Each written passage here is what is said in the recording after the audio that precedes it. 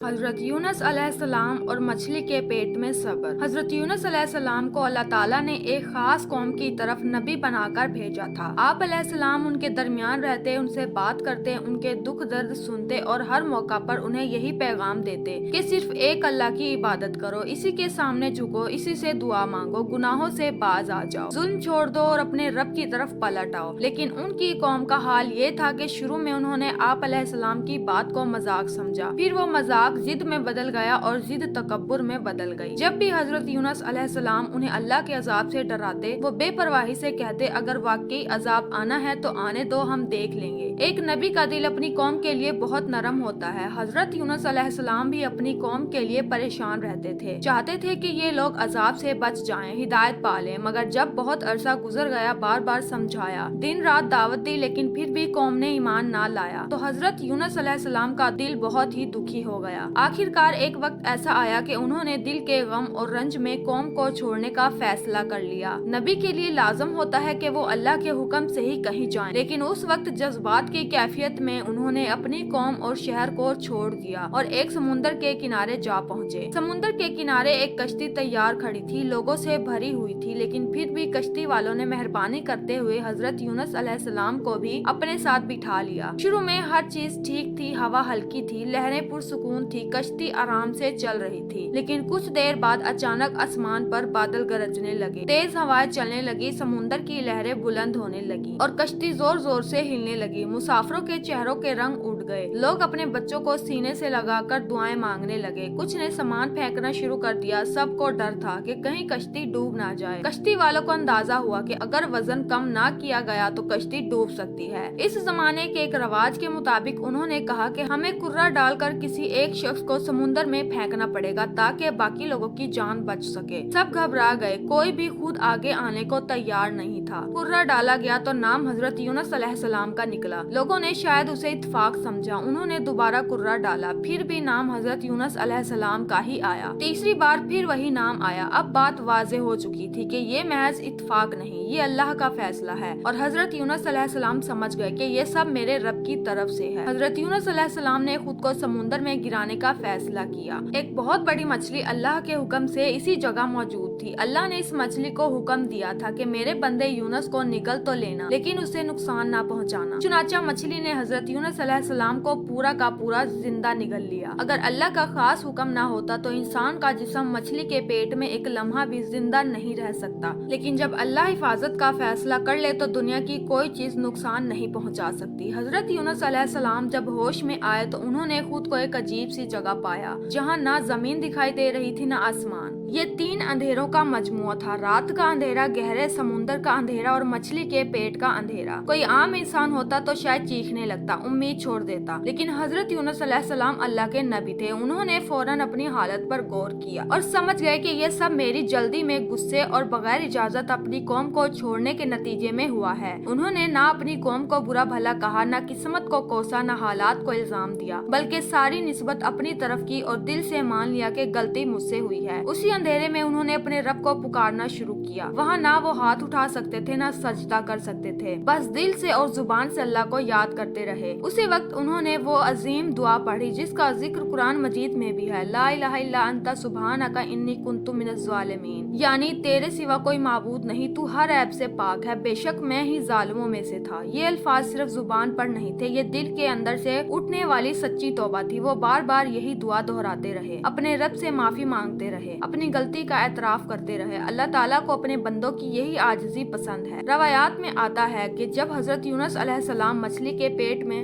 اللہ کی تسبیح اور دعا کر رہے تھے تو سمندر کی گہرائیوں میں رہنے والی مخلوق نے یہ آواز سنی۔ فرشتوں نے عرض کیا، اے ہمارے رب، ہم ایک ایسی آواز سن رہے ہیں جو انسان کی ہے، لیکن بہت عجیب جگہ سے آ رہی ہے۔ اللہ تعالیٰ نے فرمایا، یہ میرے بندے یونس کی آواز ہے جو اس وقت بھی مجھے یاد کر رہا ہے، میرا ذکر کر رہا ہے، جس طرح وہ خوشحالی میں بھی میری تسبیح کیا کرتا تھا، آج آزمائش میں بھی مجھے نہیں بھولا۔ اللہ تعالیٰ کو اپنے اس بندے کی یہ کیفیت بہت پسند آئی، اور جب اللہ کسی بندے کی توبہ، عاجزی اور گریہ زاری کو قبول فرما لے تو پھر راستے خود بننے لگتے ہیں۔ اللہ نے مچھلی کو حکم دیا کہ میرے بندے یونس کو ساحل کے قریب خشکی پر چھوڑ دو۔ مچھلی نے سمندر کے کنارے کی طرف رخ کیا اور حضرت یونس علیہ السلام کو ساحل پر اگل دیا۔ اتنے عرصے تک مچھلی کے پیٹ میں رہنے کی وجہ سے حضرت یونس علیہ السلام کا جسم بہت کمزور ہو چکا تھا، جلد نازک ہو گئی تھی، سورج کی روشنی اور تیز ہوا ان کے جسم پر برداشت سے زیادہ اثر کرتی تھی۔ اللہ تعالیٰ نے ان پر خاص رحم فرمایا اور ان کے لیے خاص قسم کا بڑا درخت اگا دیا جس کے بڑے بڑے پتے تھے جو سایہ بھی دیتے تھے اور کھانے کے لیے بھی مفید تھے۔